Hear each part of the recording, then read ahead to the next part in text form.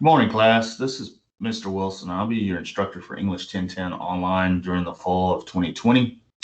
Um, Sort of the purpose of this video is to give you a little bit more of an understanding about how to navigate through the Blackboard page, show you where you can find your student email, and just some other things maybe on the Coastal Pines webpage that may be helpful for you. Um, During the course of this video, we will talk a little bit more about the course syllabus. I'm sort of going to hit the high notes because the syllabus is going to be pretty much in your course layout for the entire 17 weeks that we are in this academic semester. So you can always go back and refresh your memory or look at that as it relates to, what's due from one week to the other. I will show you where to find weekly folders in your Blackboard course page. That will be helpful once we start on the 24th, really, all the way through until that first or second week of December when our semester ends. So again, as you, because they're opening up this week for students to sort of get a handle on how to use Blackboard, about what's expecting because of the COVID-19 virus going on, and to give you a chance to go ahead and look at course syllabus for each one of your courses. So I'm going to go ahead and share a screen here with you and sort of navigate and walk you through some of this stuff. Let's see.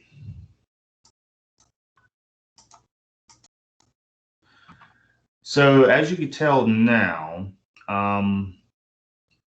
we're pretty much at the Coastal Pines Technical College homepage.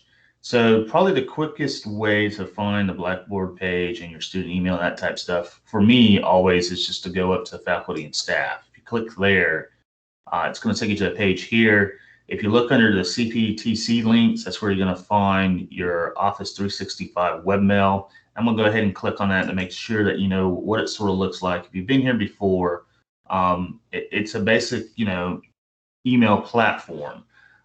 But this is where your student email, any type of email that college sends you, any type of email that your instructors through Blackboard send you, will come here. Depending on how yours is set up, because I have mine set up a certain way where I try to get everything into my inbox, so I'm not losing something. But you may have it set up where you have an inbox and a focus or some sort of other subheading up here. Of course, as you can tell, we have a junk mail. You just want to go through that and make sure that you're saving the important stuff, you're printing out the stuff that you need to print out, and you're deleting sort of the junk stuff, because over the course of the semester, especially if you're taking multiple classes, when we start sending you emails, some of this stuff could get lost or get put in different, it could go to the junk mail, or it could go to a focused section of your email, or something else, right? So you don't want to lose any important information. So I would definitely, not necessarily on a weekly basis, maybe every other day, to sort of, clear some of the stuff out that you don't no longer need. If we click back, and again, mine's going to look different when I click on that, because initially it's probably going to prompt you for your username and a password, and a lot of folks have issues with that. They should have gave you some information about your username and your password, as you were looking at that virtual orientation that you had to attend, or some of y'all might have done it face-to-face before this whole virus stuff started. So that information should be in some of those packets. But I will show you, if you go up to my CPTC link up here on the top, and if you click on student email and login, it gives you some basic information about how to go about logging into the computer first. Of course, I think the first few steps here deal with if you're coming to class logging in. So if you're having like a hybrid class, besides this online class, this stuff will help you log into the computers once you get to your particular campus. But as it relates to like your student email and that type stuff, you would probably really want to focus on step 4.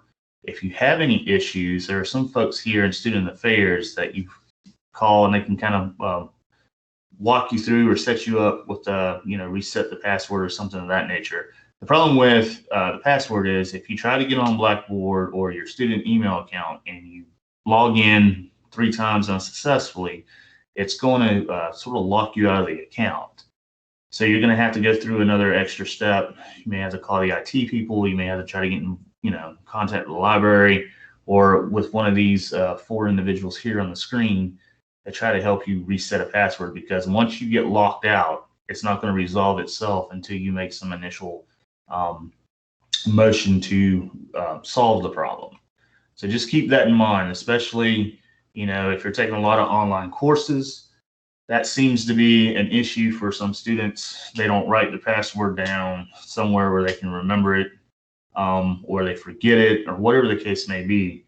But once they try it, 4 times and they can't get in, then it just sort of won't let you in anymore. So be careful of that. If you look over here too on the sidebar, there's a lot of good information about Blackboard, Banner Web, student email link, library services. I think there's the new orientation, student orientation, if you need to go through there, student handbook. There's a lot of good links here that you might want to look at if you're having some issues to try to, troubleshoot on your own. Otherwise, try to email me or your advisor, or try to get in contact with some of these folks down here if you're having any computer issues as it relates to your username or your login information, password, that type stuff. I'm going to click back out of here and show you Blackboard. So distance learning, if you look down in distance learning, Blackboard's in the middle. You want to go ahead and click on that. Again, mine's already logged in, so for yours, it's going to prompt you unless you go in through the single sign-in for your username and your password again. From there, you want to find your course. In our case, this is going to show, my list is going to show all the classes that I'm teaching. So yours is going to be a little bit different. Yours is going to show the classes that you're taking. So you click on the course, which ours is the 20775. It's the one that's strictly online, and it comes to this page. So if you look over here on the left-hand side on this little subsection of Blackboard, we have the home page, we have the syllabus, we have the textbook online. We'll talk a little bit more about that. Announcements, instructor information, calendar, lessons, discussion board, email, my grades, the librarian live chat, and Proctor U. We're going to talk a little bit more about all of these as the semester really goes through during this semester. So if you click on, probably the most important one at this point that we're going to look at is the syllabus page. So if you click on the syllabus, it's going to give you 2 important information files. One is the course syllabus, and we're going to click on that here momentarily. The other one is assignment checklist with due date. So it's sort of like an additional reminder. It's already sort of located on your syllabus, but this really cuts out a lot of the verbiage. It just gives you sort of the date, the time, and what is due. And I will click on that here, and we'll sort of walk through that here momentarily. The good thing about our course is some of y'all might be trying to email me at some point and saying, what's our textbook? Or how much is our textbook? Or where can I find our textbook? Well, the textbook is going to be in 2 different places. There's a link actually inside your course syllabus, and I'll show you that once we start talking about the syllabus here in a minute. But if you look over here, I already have it sort of built in underneath the syllabus. So if you click on that, it's going to take you to this particular link. You just click on that link. And what we're using basically is an OER, which is an open educational resource textbook, meaning the textbook is free. As long as you have working internet and a computer, you will have your textbook at any point of the semester. The link's going to stay up for the remaining part of the semester. As you can tell, this is our textbook. If there's anything else, as we will see in our weekly lesson folders, I will provide that stuff for you. I will either give you a hyperlink, I would upload it, or I'll send it by email. But as far as, this is the only textbook we're going to use. You want to be careful though, because I think provide a good job about providing the actual page number. Because if you look here, this says 26, but if you look at top, it says 29. So be careful of that when you're looking at the syllabus or when you're looking at the assignment checklist, the page numbers match the actual page numbers that are in the book, not on this particular screen up here in black. So as you can tell, they're off about three numbers or so, 3 pages. They're saying this is page 29, when really I'm looking at 26. So you want to be careful of that, because some students will say, well, you have 15 through 25 in the book, and they usually look at this top part, so they would go to page 15, and it may not be page 15 on the book, right? So 15 here, well, it's page 12. So it doesn't really make sense to start off with an exercise without really having some background information. So what I mean by page 15 would be the actual page 15 here, where it starts to talk about selecting an appropriate tone. So just be careful of that, and be mindful of it. Let's see. Click out of that. I will have some announcements up here. I did have one about a week ago. It relates to really the hybrid aspect of the course, which doesn't really involve y'all because you're online. So if I do post, important things about the course, I will have it, it will go to your email account, but also be an announcements up here. So you can click on that and look at it. Since you're strictly online, you probably won't have as many announcements as my hybrid classes would have. All right, so let's look at the lessons. So besides the syllabus, besides the textbook, the lessons is probably going to be the other important subtitle here, subsection of our Blackboard course page. So if you click on lessons, and as you can tell, week 1 on mine, it's going to look different because you're probably going to see week 1. These that are already shaded or grayed out, they will come out, Saturday or Sunday this coming week. Like week 2 will open up, and then Saturday, Sunday next, week 3 will open up. But if you go ahead, each week there's going to be a new weekly folder here. It's going to refer back to week 1. Week 1 of not only what's on the syllabus when we look at the syllabus here momentarily, or week 1 as it relates to the assignment checklist. So if we click on week 1, it's going to give you all different kinds of stuff. Pretty much the stuff that we're going to cover during week 1. As you can tell, we're going to look at sentence kinds and parts. I give you some reading to look at in your online textbook. Really, at this point, you want to read that and look at that before week 2. As we talk a little bit more about the components of the class, grade-wise, we will have some grammar quizzes. So it's really to your best interest to read some of the grammar stuff. And if you need extra help, obviously, reach out and email me so I can help you. But I also build in some links here that if you click on, it sort of relates to the reading that you are doing in the online textbook. This just shows a little bit more maybe of a visual nature. It cuts down a lot of the riffraff too. So if you're just looking at getting to the point, you can look at some of these online handouts. You can print them out. You can save or download them. But this might be something definitely as it relates to like a study guide or something would be helpful when it comes to grammar quiz time. As you can tell, our first really major assignment, our first major essay is going to be the narrative/descriptive essay. I provided some notes. There's some stuff also in your book that I will give you. If you look on your syllabus, it's going to give you some page numbers to sort of read to help you out. Also, I gave you some sample essays to sort of look at here. Well, really, it tells you where to find them in your textbook. So we will talk a little bit more about that as we get closer into week 2 to get you ready to show you how to set up a narrative descriptive essay. If you read those essays, take notes over them, you should see sort of the setup. And we'll talk a little bit more about that. Definitely during our first week, and really the first 3 weeks of our semester deals mainly with narrative and descriptive stuff. So you're going to get a lot of information about that.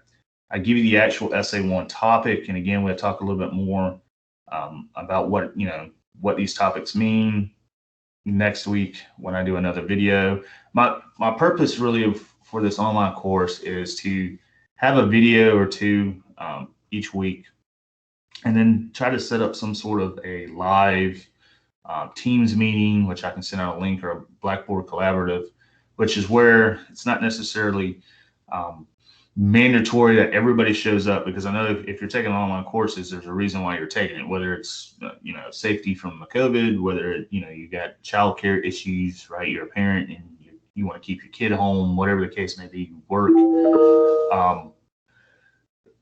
But my point with that is to do maybe a video or so a week, like I'm doing here, to sort of talk through and work through some of this stuff, or at least give you some guidance, and then do something sort of more of a live where everybody that can make it can show up and we can talk more openly, like have a discussion like we would in a class, but we just do it in a virtual format. That way, if you have questions, you can ask me. We'll both be live via the internet and web. You don't necessarily have to have a webcam unless you just want to at this point when it deals with these particular meetings, but you do need have a microphone and that type deal, because otherwise you can type your question, but it might be a little time consuming for me to get back to it, depending on how many people show up. But either way will work. I mean, we'll be able to get you the answers that you need, or the help that you need, and talk a little bit more about that as the weeks move along. So this is just one example. As you can tell here, blog exercises. I will click on that here momentarily. I may just wait until the next video to talk a little bit about that. But this is really sort of like the two exercises, or the two blog writing exercises this week. I sort of give you a due date for the first one, due date for the second one, right? The thing about online courses, they're fast-paced. So they're not really meant for those that are really like to procrastinate and wait till the last minute to do things.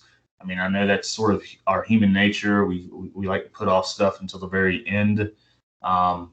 This particular course is not really set up that way. I mean, when there's a due date, there's a due date, and there's a reason for that due date. And it's not only for me to keep grades on a weekly basis up to date, it's to give you feedback as quickly as I can.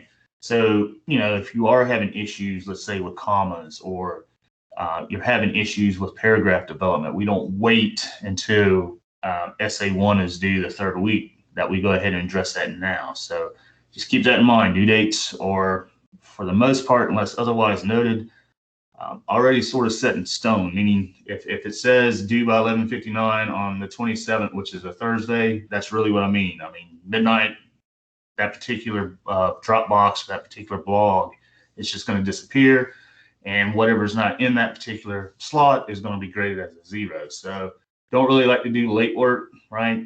Unless there's really extremely binding circumstances, meaning you have a note from a doctor, lawyer, that type deal. You kind of, you're in communication with me on a weekly basis about stuff, because if I give out extensions or extend deadlines for one person, somehow everybody else in the class knows about it, and then they all want to click in. So right now we have 25 in the class, and I just can't give everybody 25 different extensions. Otherwise, nothing to get done, nothing to get graded, and it just won't be a good semester either for you or for me when it comes to getting grades in. So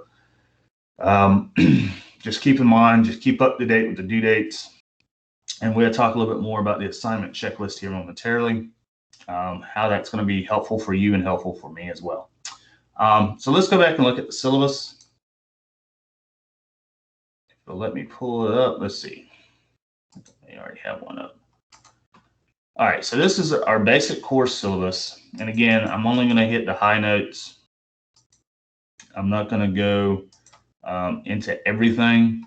As you know, my name is Patrick Wilson. You can call me Mr. Wilson, you can call me Mr. Patrick. My phone number at this point, this is my office phone number for Um, my Golden Isles campus, I will provide the office number for my Camden office here, probably the first week or so, in case you need to call that. Really, the deal is I'm going to be Tuesday and Thursday in Camden pretty much for the whole day. And then Monday and Wednesday, I want to be at the Golden Isles campus pretty much the whole day. In the past, the quickest and easiest way to sort of get a hold of me would be by email, because I usually have that up and I usually check that, in between classes, that type deal. If it's Monday through Thursday, you send something, I try to get back to you within a 24-hour period. If it's something really quick I can answer, you usually get back, within that hour or so. But if it's something a little bit more strenuous, meaning we have to look for answers, that type deal, maybe a 24-hour period. Friday through Sunday, it could be up to a 48-hour period or so. I will try to get back to you as quickly as I can. Over the weekends, holidays, the same thing. We don't have a lot of holidays really during the fall semester except for Labor Day and our Thanksgiving break. So just know if you send an email, you will get a response. Don't fret if it's not within the next 30 minutes or 2 hours. Just know that I'm teaching 6 or 7 other classes, so, and I'm on the road a couple of times a day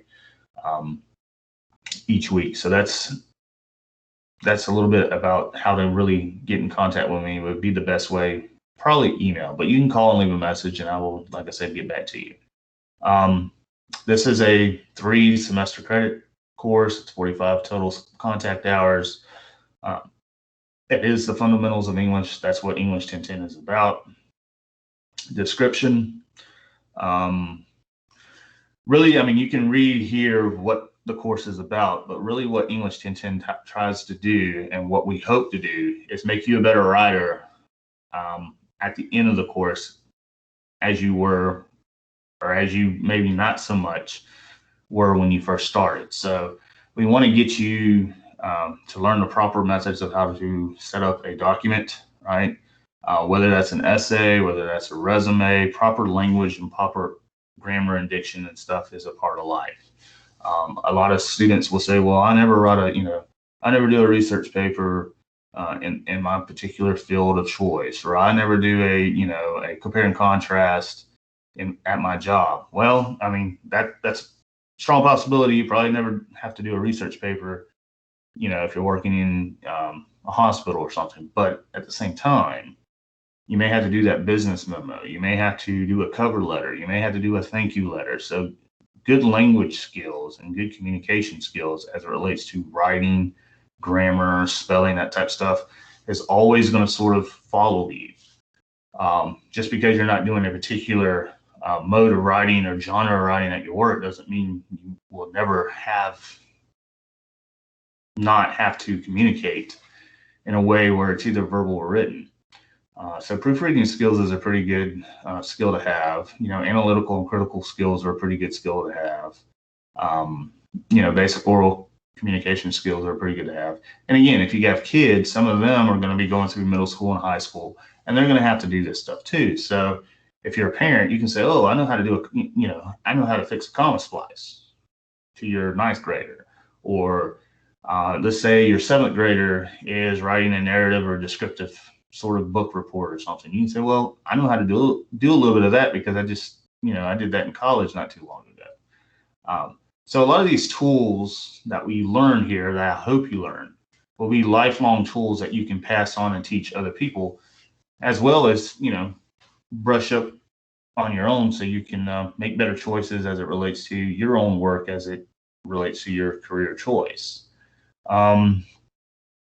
You might want to read this particular course procedure as it relates to COVID. For us, particularly because we're in an online environment, you don't necessarily have to wear masks while you're online, right? So, but if you come into campus for a hybrid class, they strongly encourage that you take the proper procedures, not only protect yourself, protect your classmates, protect other people in the building, that type deal. So just keep that in mind. I'm not going to spend a whole lot of time with that because, again, we are strictly an online course. But if you do have a course that you're meeting, twice a week, once a week, whatever the case, and you have to go to a campus, they're going to sort of expect that you already sort of know this stuff. Learning outcomes, again, sort of is, built in with our description. We want you to become a better writer throughout the course. Definitely when you leave in December, we want you to be a better writer than you were in August, September, October. That's sort of our the purpose of this course, is to get you up to speed with academic and professional writing. Will you become Shakespeare when you leave this class? No, we're not expecting you to, become a writer, that type of deal. But what we are expecting you to do is to be able to have the proper tools that are professionally and academically needed in any type of situation as it relates to written or verbal communication. And, a lot of the stuff we do every day, if you really think about it, when you go to Google and when you're looking at prices and that type of stuff, you're doing some research, right? Anytime you go to Wikipedia or you go to Google, you put a term in a search engine or whatever, you are researching in some ways. You're critically and analytically deciding what you're looking for, what is truth, what is not true, right? Especially if you're going shopping online compared to maybe a face-to-face environment.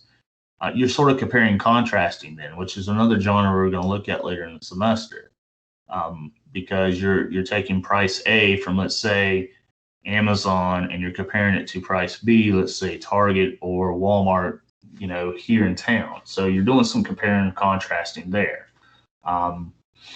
When you're going to a store and getting groceries and you're listing stuff that you need, you're doing some sort of a brainstorming technique there, right? A pre-writing technique, which is listing. So a lot of the stuff you do, we all do on a day-to-day basis, and sometimes don't really put one-to-one together and say, oh, I'm really doing what I, learned back in 3rd or 4th grade, or, that first year of college in that English class. I'm doing that now. We just don't sometimes see the connection. But a lot of the stuff that we will do in this class has some impact on what you do outside the class in a lot of positive ways. Computer policy, I give you the link here. Again, you want to click on that and look at it. I'm not going to go through too much of that unless it just really becomes an issue. You just want to be careful, right? You don't want to leave your, if you're at a campus, or if you're, if you're at Starbucks for that matter, you don't want to just leave your laptop or your phone or anything just open for anybody to sort of glance over to look at. They can easily take a snapshot of your personal information. Hackers are around. If there's a will, there's a way. Definitely don't want to leave your bank information or any important information, bills, that type of stuff out for anybody to look at. Never give anybody this is usually common sense, but you'd be surprised how many people do this. Never give anybody your Coastal Pines username and email address, or as far as your password and that type of stuff to get into your email and your Blackboard, because they can just go in there and change some stuff up. And sometimes you wouldn't even know it until you got a message or somebody sent something back and say, hey, did you really mean to send this stuff?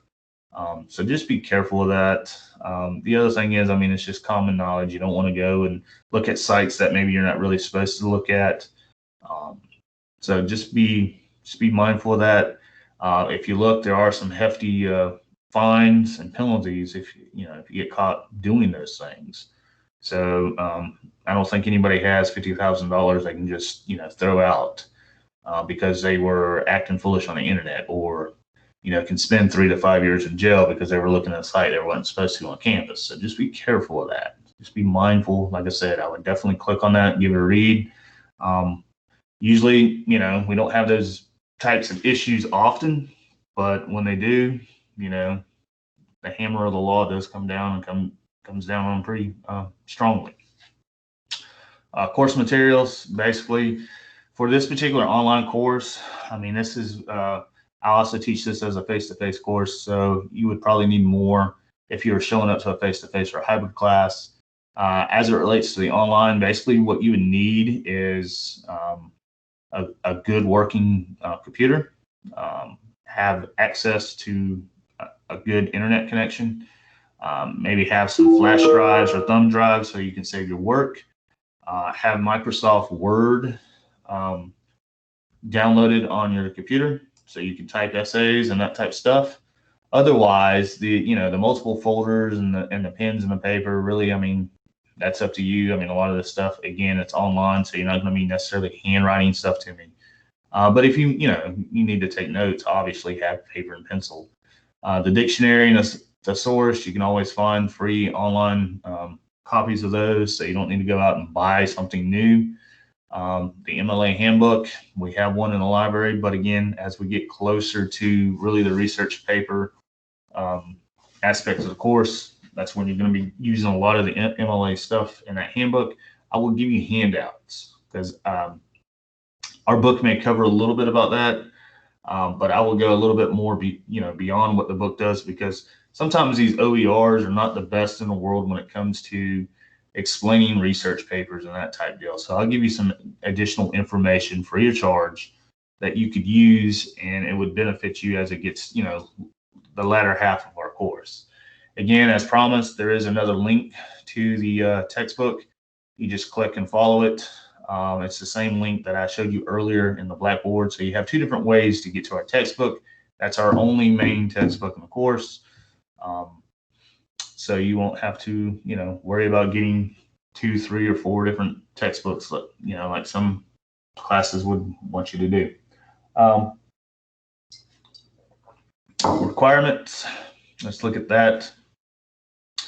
Being that it's an online course, you're not meeting, say, Tuesday and Thursday or Monday and Wednesday. It's not like a face-to-face or a hybrid course in that nature. But the deal is, with online courses, you have to log in and you have to complete assignments within a 7-day period.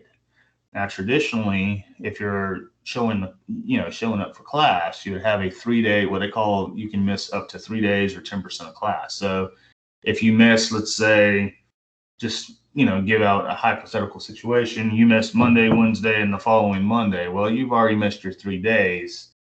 You would have to be dropped because you didn't email, you didn't communicate, you've already missed 3 days. Well, I mean, that's the policy. That's not my policy, that's the college policy.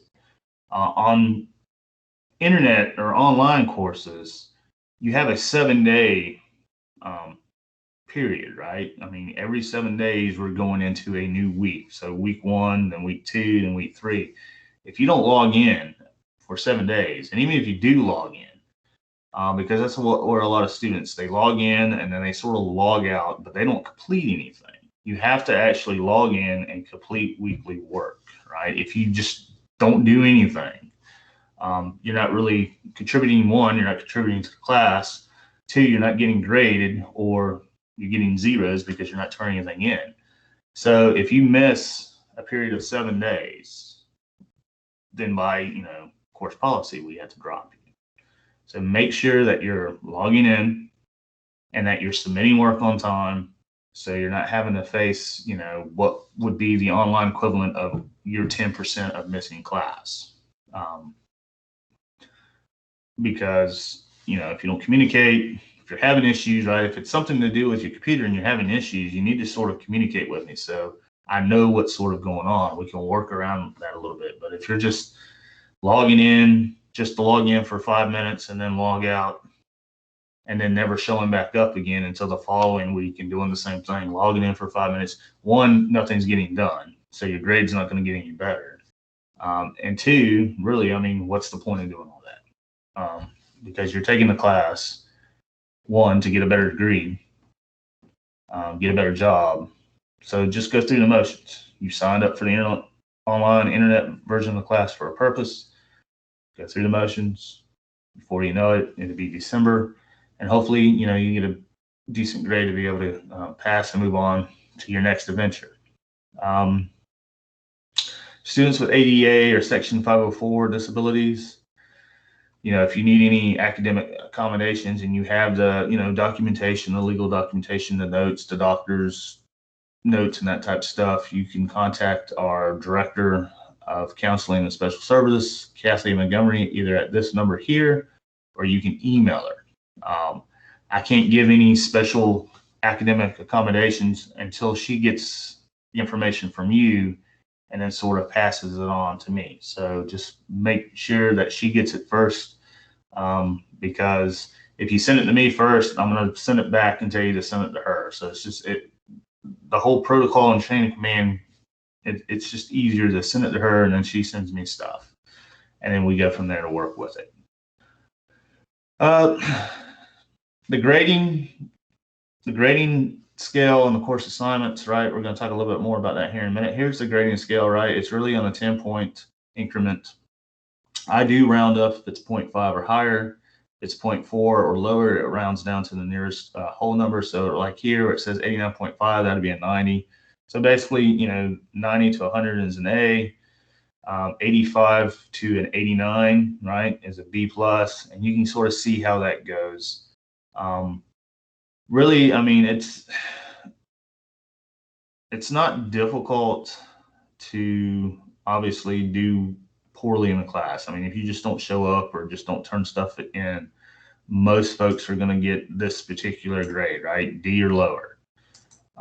C's and B's, right? If you're trying, if English just isn't your thing, you're just trying to, get the best possible grade that you can. In the past, right, in other courses, high school, that type deal, you're more of a B and C student in English. And some folks are just, they're sort of fine and sort of accept that, that's on you. B's and C's, I like to always say I'm an easy B and C person, but I'm a difficult A person, which is true. I mean, A's take a little bit more effort, right? I mean, you have to really earn and work hard for your A's. Not to say I don't give out A's, I do. But those that usually earn the A's really earn the A's because they started from week one or day one, and they're really, focused, they're serious, they're wanting to get the A. They're sending me multiple drafts, or, they're emailing me, or, calling me, or giving me questions, or, that type deal. So not to say that we won't have A's in the class. I'm sure we will. Not to say that you wouldn't get an A on an assignment. I'm sure you probably will. I'm just saying overall, collectively during the 17 weeks, an A is a little bit more, has a little bit more of a challenge to it. And it's a little bit more difficult to keep and sustain. It's not impossible. It is possible to do, but it all depends on your work ethic and how much you want to give to the course and that type of deal. But again, I will work with you in any way, shape, and form I can to help you achieve the grade that you want. Hopefully everybody achieves the C or higher, because that's really the passing grade. I would like to have more A's and B's, obviously, and I'm sure most of y'all would like to have the A. But again, you have to just work through that. We have to work together to be able to achieve our goals in a lot of ways. So just keep that in mind. That's sort of the grade scale. Again, usually I don't have too many people that fail my courses. If you fail, it's because you just stop doing stuff. Let's just put it that way. I'm not saying my course is really easy or really, more difficult than other courses. I would say it's probably down the middle, right? You give in, right? You take out what you give in, and vice versa. So if you just don't do anything, or just sort of, half an assignment here, half an assignment there, you don't get the help when you need to get the help. And a lot of folks know that they need the help early on, but they just wait and think things are going to get better when they usually don't. Don't do that, because that's usually where your grade starts to slip and it gets worse as time goes on. Especially since there's one or two things, sometimes multiple assignments due weekly. So once you need help on one or two of those and don't get it, your grade really starts to suffer, because the next week's assignments sort of build on each other in a lot of ways. So just keep that in mind. This is sort of the assignments and their weights. This is sort of what we're going to be covering, right? You're going to have quizzes, which basically relate to grammar quizzes. You're going to have 5 of those, and they're going to be spread out through basically August through November. They're basically about 10% of your overall grade. You're going to have weekly blogs or writing assignments. They also are going to be about 10% of your grade. You'll probably have about 5 or 6 of those throughout the semester. So if you really look at that, if you're a person that doesn't really quiz well, or forget to turn in a blog assignment or a writing assignment 1 week or a couple weeks, the issue with that is it's 10% of your grade. So if this is out of 100, the highest you can possibly make in the class, if you did really well and everything else, would be a 90, because that's, you look at 10%, it's basically 10 points, right? Our first essay one, which is going to be the narrative and descriptive, is 12%, right? Essay 2, visual and textual analysis, we talk a little bit more about that as we get to week 4 and 5.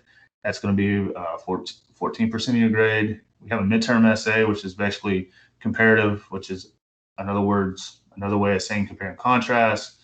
That's 16% of your grade. Your final exam, which we'll talk a little bit about that because it is a online course, we're going to be using ProctorU. It's from what I'm, as far as I know, that could change as we get later into the semester, but we'll talk a little bit more about what ProctorU is.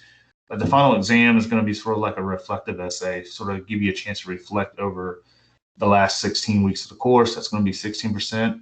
You do have a proposal and annotated bibliography. It goes with your research project, and we'll talk a little bit more about that as it gets closer to October, November.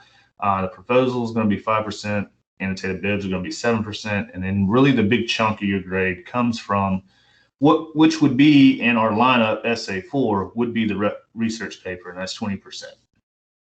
So we'll talk a little bit more about the research paper and about the components of that particular project, generally after midterm, which would be that second or third week of October. So this is sort of how you will be evaluated and graded. The percentage, you can think points, but this is sort of how things will be graded this time. And like I said, deadlines are sort of in stone at this point, unless I tell you otherwise, just because we got a lot to cover. Online is, can be a beast if you're not used to it, if you're not used to doing things sort of on a continuum basis. You don't want to wait because when we look at our assignment checklist, you're going to see that things are going to be due during the week and sometimes at the end of the week, just so that we can stay, in line with our syllabus and with what we need to learn for the semester. Plagiarism, academic cheating. There is a piece in your handbook that talks a little bit more about it. Our policy is basically this. You've probably heard about plagiarism. You've probably heard about cheating ever since you started school. So the first offense, whether you cheat on a paper, meaning you basically buy a paper, you copy and paste somebody else's paper, or if you cheat on a quiz, right, whatever the case may be, if you get caught and there's evidence there that you did cheat or you did plagiarize, automatically it's going to be a 0 for that assignment. And it doesn't matter whether it's homework, quiz, essay, research paper, whatever the case may be. The first offense is always going to be a 0. So if you look, that's a pretty good chunk too. Let's say for whatever reason, you bought a paper online or you copied and pasted somebody's paper from 2 semesters ago on about essay 2. Well, that's 14 points, right? You get caught, you just lost 14 points because it's 14% of your grade. And it is a good chunk of your grade. So you will see your grade drop because of that 0. Zeros are not your friend when it comes to grades in this course. And we're going to talk a little bit more about what a 0 means here too. The second offense, you basically fail the course, right? We're going to fill out paperwork. It's going to go to the proper channels. And then, it's going to be determined. You'll probably have to go maybe before a board of 2 or 3 different people of the college.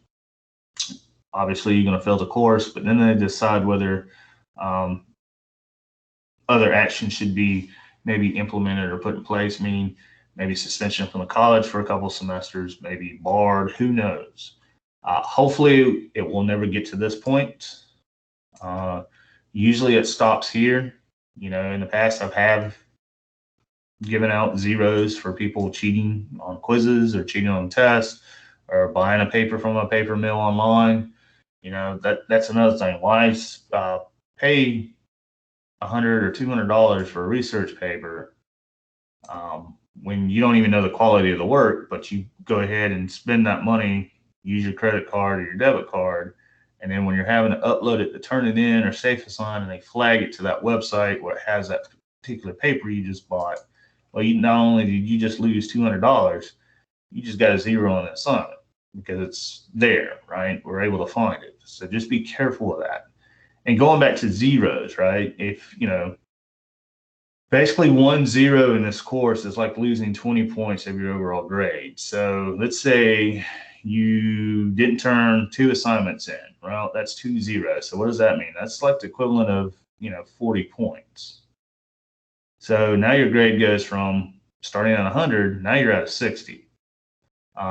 3 zeros in a course will pretty much put you down in that F range. And it's going to be really hard to get back up if you already have 3 or more zeros in a course, because usually you have to make, double or triple that in 100s just to get, to a C or passing. So you want to be careful about turning stuff in on time. Again, I can't stress that enough. The zeros will hurt, and if you get enough of them early on, they're going to be hard to come back from. And a point, at that point, I would say, hey, if you already have 4 or 5 zeros, I would, strongly suggest maybe dropping the course and thinking about retaking it when you can focus on it, because it's just going to be hard if your grade's in the 20s to pull it back up, depending on how much time we have in the semester. Because as you see with this particular graph or this chart, the percentages don't necessarily go down as we go further in the semester. They move up. So if you got hypothetically, let's say you got a 35 going into the 8th week, which would be midterm, it's going to be hard to pull that 35, that F, up into a C or a B range, for the next 8 weeks, because in the next 8 weeks, it's not really the easier stuff. It's going to be more of the difficult stuff, especially when you think about the time you're going to have to put in of doing a research project. And chances are, if you're not doing well by the time you get to week 8, you probably are not really invested in the course for the last 8 weeks either. So your grade's not going to stay at 35. It's probably going to get, lower. So just be careful of that. Again, reach out if you need help. Tutoring services. I will provide tutoring services. The thing with the tutoring services with us, if you live close to campus, I know most of you are online, so you are probably spread out all over the place. You would have to set one up by appointment because of the whole COVID-19 thing going on. You'd have to email me. We'd have to set something up that would work in both of our schedules. You'd have to sign a couple forms, a medical form, and that type deal. You'd have to, wear the proper PPE, the mask, use a hand sanitizer, that type stuff. I don't mind doing face-to-face if that works better for you, if you're able to do it. You just have to email me and set that appointment up so we can do it. The other thing is, which would be 24/7 and might be more beneficial for everybody, being that it is an online course, is a program called Smart Thinking. And usually after the first week, once they get everybody's information uploaded into the Smart Thinking camera, or not camera, but into the program, you'll be able to just click on this link, follow the instructions that they want you to use as your username and your password, which would be different than the username and password for your Blackboard and your student email. So just keep that in mind. And then you can go through and upload your paper, right? If you want somebody to proofread, let's say essay 1 or essay 2, I would strongly recommend using Smart Thinking on top of anything else. Meaning, I'm going to give everybody the chance to send me multiple rough drafts of their work if they want to. But I would definitely use Smart Thinking first, and then send me stuff after you correct whatever Smart Thinking wants you to do, because that way you'd have multiple sets of eyes looking at your work. That's how writers get better feedback. That's how writers become better writers, is that they let multiple people look at their work. The other thing is too, if being that we're online, you may not know everybody online in your particular class. There might be a section where you can go through, I think in your email, maybe in Blackboard, that if you wanted to, sort of connect with your classmates and your peers that way, you can always email your classmates a draft and just, in the message say, hey, do you mind looking at this for me? and sort of set up a buddy system that way, because again, it's another pair of eyes. The more that you get to look at the work, the better. Even if they don't know everything about grammar, they may not know everything about how to fix a dangling modifier, but they can tell you if a sentence looks off. This just doesn't sound right. You said you're telling a story with a narrative, but I don't really see a good plot line here. So they can give you some pointers. And again, where smart thinking would come in, smart thinking would sort of pick up maybe something your peers wouldn't pick up, and then once you fix that, you'd send it to me. I would probably maybe pick up something that your peers and smart thinking didn't pick up. And then when you sort of do that whole, you're sort of it's circular. You're going to be wanting to send multiple drafts. Really, the more drafts that you send, the better the grade usually is. If you only send 1 or 2 drafts, unless you're just really a good writer to begin with, chances are you might be in the C or D range of a grade. If you send more, multiple drafts, 4, 5, 6, something like that, might go C to B. It all depends. If you just got out of high school, you may be a better writer just because that's sort of the stuff that you did, depending on the high school you went to. If you've been out of school for 15 or 20 years, nothing has really changed as far as the grammar goes. But unless you've just been writing on a daily basis on certain genres, chances are you're probably a little rusty on, maybe paragraph development, sentence structure, that type stuff. But once we go through some of the grammar activities and that type stuff, hopefully things are starting to snap back into place. And you say, oh, yeah, I remember doing this. It's sort of like math in some ways, right? If you don't use the math on a day-to-day basis, you start to lose some of it. It's the same thing with writing. If you don't use a lot of the writing or the grammar stuff on a day-to-day basis, you start to lose a little bit about that until it's refreshed in your mind.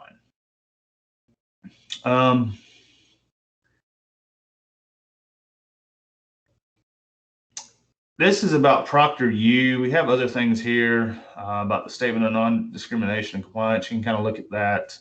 Not going to spend a whole lot of time. I know you can read it. Proctor U's online courses only. We will talk about this. I mean, you might want to go ahead and read it now at the beginning of the semester, but we will really talk about it as it gets close to the final exam week. You will need to make your own student account, which is free, but you're probably going to need to get your own webcam at some point, because how you're going to be able to take the final exam would be through the Proctor U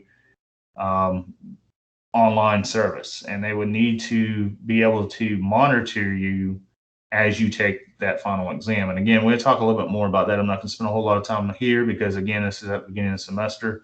But as October, November comes around, we'll definitely talk a little bit more about that, especially if we're still going to be using the whole Proctor U service. I know because of the COVID during the spring and the summer, there's been some confusion about that. I don't know how much they really used it or didn't use it, but I should have more answers as it gets closer until to November about whether we're still going to use Proctor U. I would just go ahead and assume that we are. So if you do need a webcam, at least now in August that, hey, in December, I need to have a webcam, whether you have to go out and buy a cheap one or borrow somebody's webcam, whatever the case may be, just know you're going to need it come, final exam week. And this goes through some of the proper browsers to use and that type stuff, how to set it up. Campus security, being that you're an online class, you probably won't need the security so much, but if you are taking a hybrid or face-to-face, here's some of the security numbers that you could call if you ever need them. I will say that the stuff on the syllabus is subject to change. So if I move a due date or whatever the case may be, if I take something away or add something, I will let you know as quickly as I can. Usually it'll probably be in an announcement on Blackboard or an email to your student email account. But mostly if I make changes, it's for the better of the whole entire class. It's not to say that, hey, you're not writing enough, so I think I'm going to add essay 6 and 7. Chances are I'm not going to add more stuff to it, right? I'm going to either take some stuff away or move some stuff, back or whatever the case may be. Generally, I don't do that just because it does create a lot of confusion sometimes, unless it's just needed, right?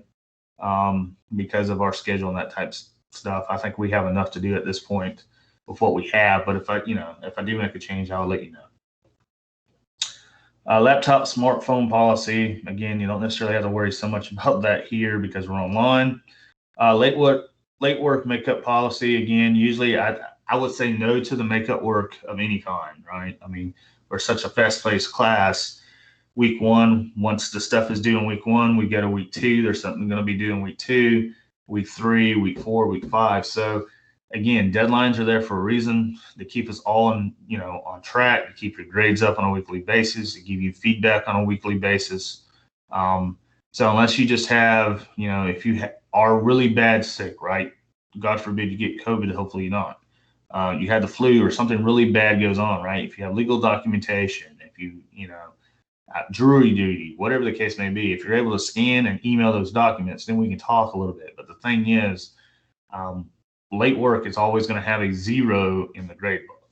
So unless you talk to me and that we can work something out and something really legit, right? Not just I overslept, or I forgot that, exercise 2 was due Saturday. I mean, that's really not my problem, right? Because that's you just told me that you forgot it. So you knew about it, but you forgot it. That's can't really give that as a pass, right? Something more of a pass would be like a death in the family and you had to go, maybe to deal with a funeral or something in Atlanta or something of that nature.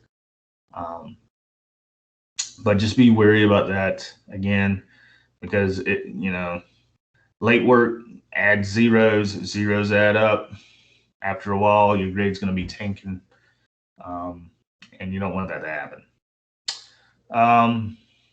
We talked a little bit about course communication, expectation and stuff. Again, you can kind of read a little bit about that. Here's the actual course schedule. Some important dates throughout the semester. I'm not going to go through every single thing of August, September. You can look, you can see. I'm just going to sort of highlight, I sort of give you the date, right? Week 1, which would be next week, the 24th through the 30th of August. This is sort of what we're going to cover. And I give you the page numbers. The page numbers are, again, in that OER textbook. So look at the actual page number on the textbook, not at the top of the screen, to find 6 through 8, 44 through 53. A lot of times the students will say, man, that's a lot of reading.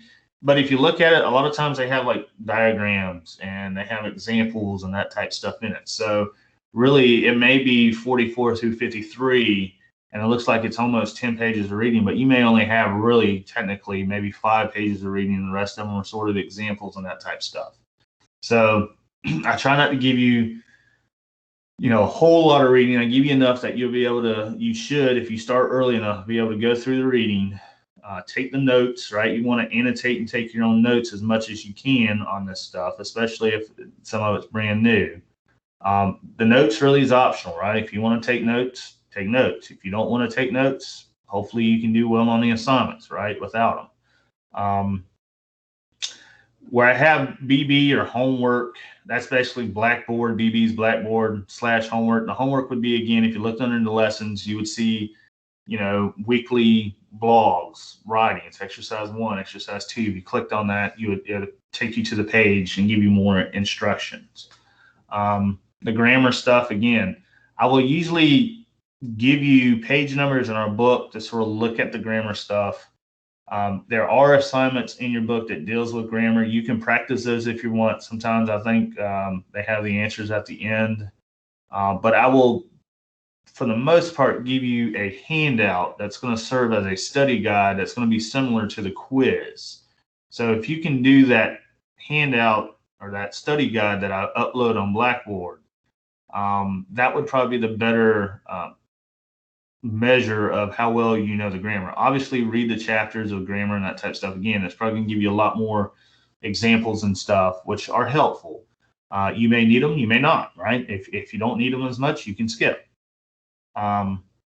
But the handouts that I'm going to give on grammar as it deals with the practice, that's probably what I would deal with. And we'll talk a little bit more about that once I, upload that type of stuff, because that's really how your quizzes are going to be set up. They're going to be similar to those handouts. But as you can tell, right, it goes from week 1, week 2, and this is really what, when we go back to our Blackboard here momentarily, you're going to see week 1, week 2, week 3. You probably already saw that earlier. Folder.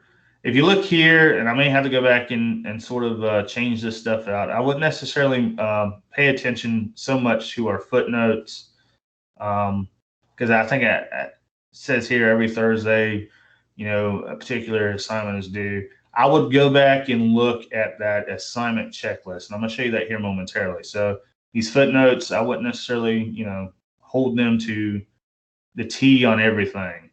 I would hold what you see here above the footnotes to a T, because that's pretty much what we're going to be covering from week 1 until week 17. So again, I give you a chance to sort of go through that, look at it. You sort of know what's going to be happening from one week to the next. Again, if there's changes, I will let you know. Chances are at this point, I'm not really foreseeing a lot of major changes. I mean, granted that we are in hurricane season and we still got COVID going on, so who knows, right? That's why I would say it's always important to check Blackboard announcements in your emails on a regular basis, just because things are changing. It seems daily with this COVID stuff. It probably wouldn't affect us so much as it relates to what we have to do, because we're already strictly an online course, but you just never know. Hurricane comes through and we got to evacuate if you live on the coast, and things could, get switched around here a little bit.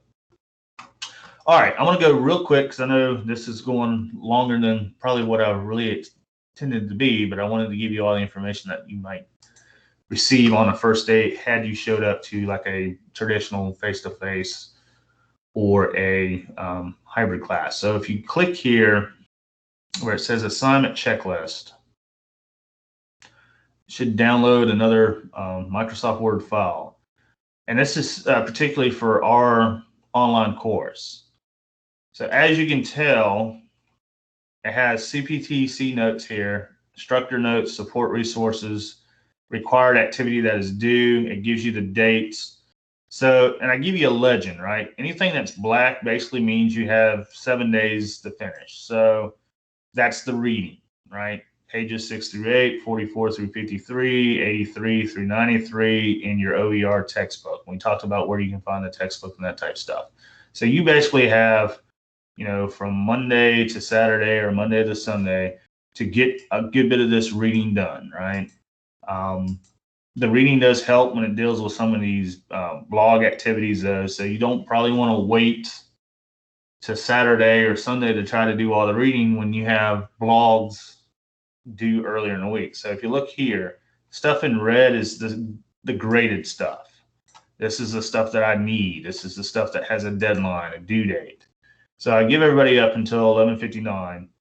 In this case, the first writing assignment is going to be due on the 27th, which I believe is Thursday.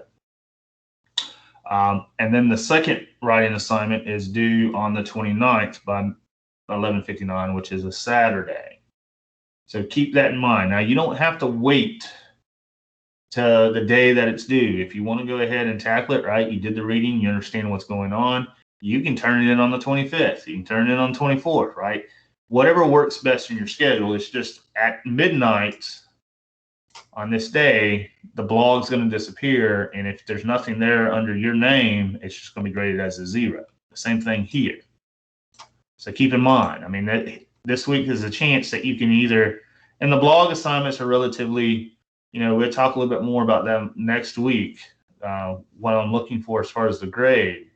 But really, I mean, the blog assignments are sort of one of the easier assignments to do in the course.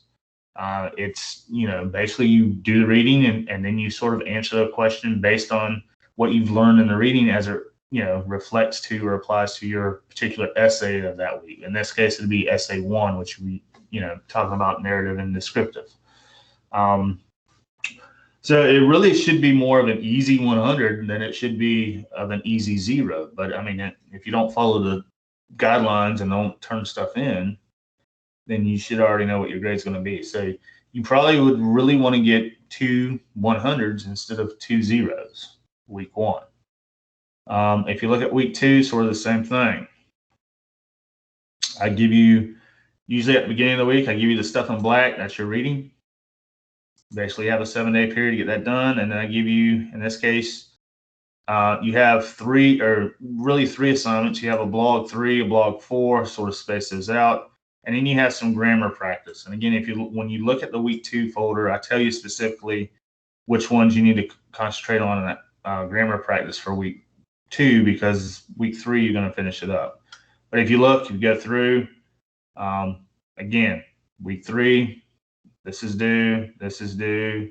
Essay 1, the final draft is going to be due on Sunday, September 13th by 11:59. Again, as we get closer each week, we talk a little bit more about what's really expected for each week. But this will give you sort of a layout of the entire semester, right? From August into December. This is where you want to really look to see what is due and when it's due. The stuff that's highlighted in yellow in this case are rough drafts. Again, I put over here optional, though strongly suggested. The rough drafts, and we can talk briefly about those. Again, I would strongly suggest, because I give you nearly 3 weeks to work on essay 1. You have the topics week 1. You can go ahead. A lot of these blog activities deal with, brainstorming, thesis statement, outlining, that type deal when it deals with essay 1. So you're building toward writing your draft anyway. I would suggest sending drafts either to your classmates or your peers if you like. I would definitely strongly suggest sending drafts to Smart Thinking and then send them to me. This is just the cutoff, right? By midnight on September 9th, if I don't have a draft, then I'm just assuming, hey, you got help from either a classmate, a peer, somebody outside of class, Smart Thinking. And again, I'm not going to take any offense to it. I would strongly suggest that you do send somebody drafts so they can help you polish up your work. But you're not going to get graded on it. If anything, the rough drafts are going to help you get a better final draft grade, which if you look again, the final draft is going to be due that Sunday. So the stuff that's highlighted here is basically optional. But again, I strongly suggest if you want to get a really good grade, or if you want to get an overall great grade for your, during the semester. And we'll talk about the different ways of how to accomplish that too. But I do give you all the opportunity to send me drafts. So you basically have, since from day 1 until, September 9th, to send me a draft if you personally want me to look at it, which is a good, 2.5, almost 3 weeks of, you can send me back multiple drafts, right? You can send me back 10 drafts. If that's what it takes for you to get your A, that's what it takes to get your A. For some, it doesn't take that many. You may get into the position where you just want to see how the first one goes and then start deciding, well, maybe I should start sending drafts from essay 2 on out because I didn't get the desired grade. Again, it's optional. It's up to you. I would definitely strongly suggest it. But it's not going to be like you're going to get, a grade on it in that case. I'm just going to, give you feedback, send it back as quickly as I can. I mean, obviously, if you send stuff before the 9th, it'd probably be easier too, just because I have other classes that are going to be sending emails with drafts in them by the 9th as well. So it's just going to be a busy time. But again, if you look, I'm not going to go through everything here.